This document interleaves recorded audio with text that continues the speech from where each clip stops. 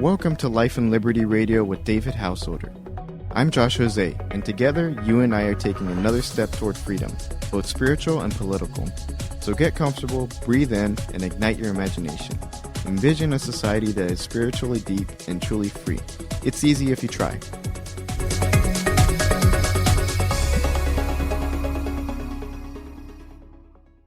Well, there's a lot of talk about school choice and the ability to have a voucher or something like that, a coupon for every child, which would be given by the government, and then the family could decide where the child goes to school. This is especially important, of course, for elementary education, where the child doesn't really know what he or she wants, and so the parents are in charge. So the parents make choices when the kids go to school. And in America, we have one choice for government-funded education, and that is our public or government schools. And if you want to send your kids to a school with a different worldview, with a non-secular worldview, you have to pay extra, or actually pay double, because you pay taxes for the public school, and you also pay tuition for the private school.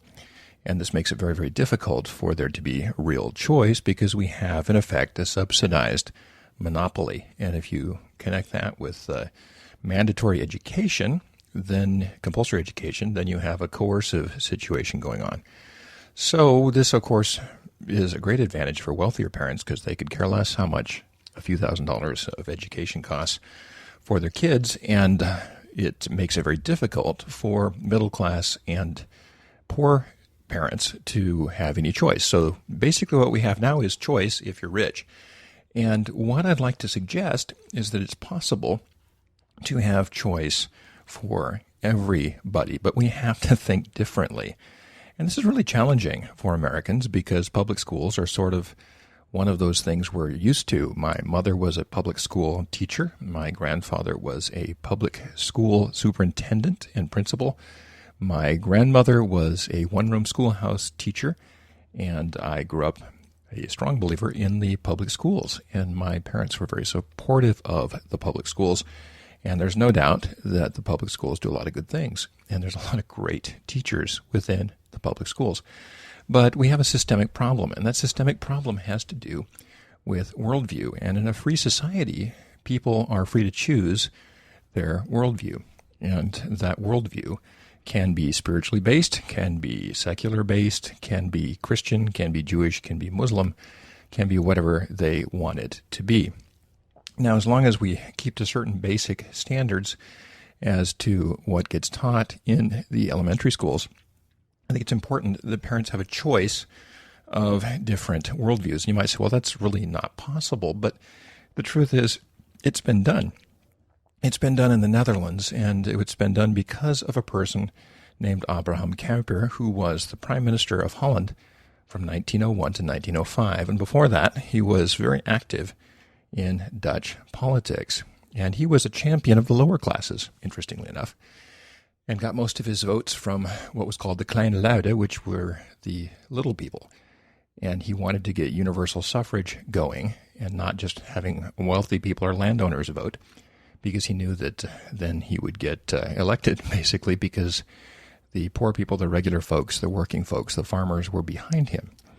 And Abraham Kuyper put together a political party and got rolling, and his idea was that these poor people should have choices too. And that's what I'd like to say, that we have a society right now where only the rich can choose and the poor can't.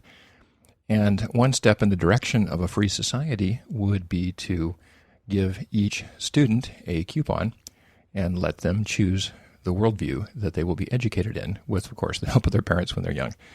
And parents have a right to instill a worldview in their kids, to pass on their values to their kids. People have children so they can pass on what's most important to them, the things that they see as central to what they're about. That's a sacred right, and nobody has a right to mess with that. Of course, the children, when they become adults, can reject that worldview. They can embrace that worldview. They can reject it for a while, then embrace it again. They can do a lot of different things. But it helps children to have a worldview in which they're raised, kind of like having a language.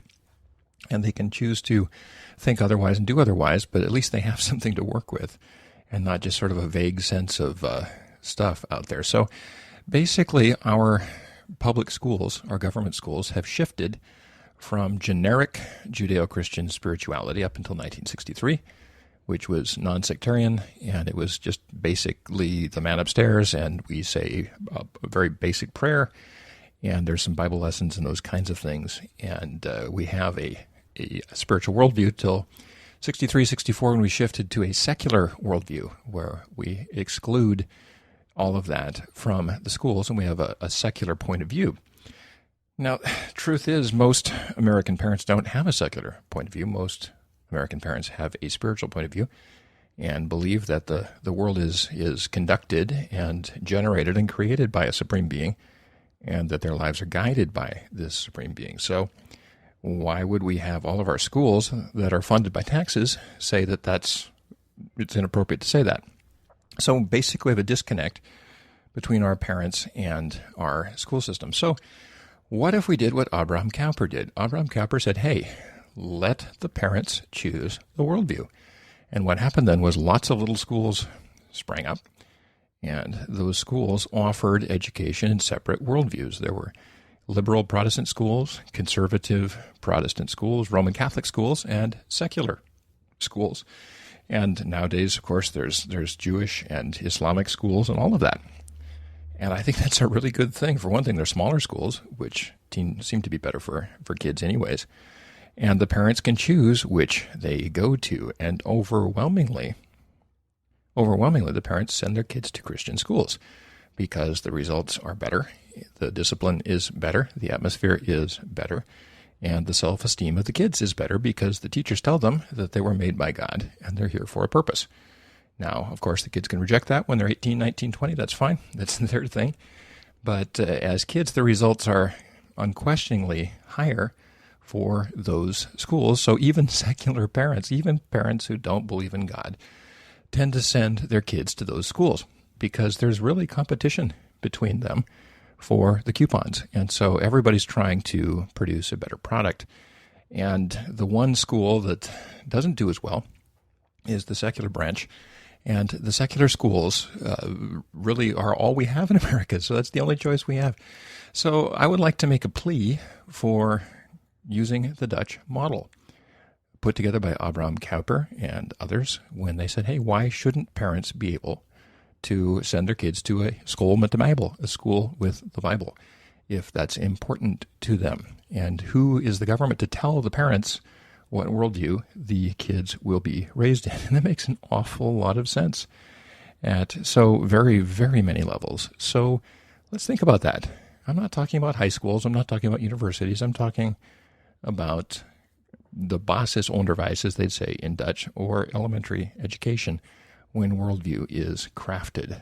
And it's so much more fair for the parents that have less financial wherewithal.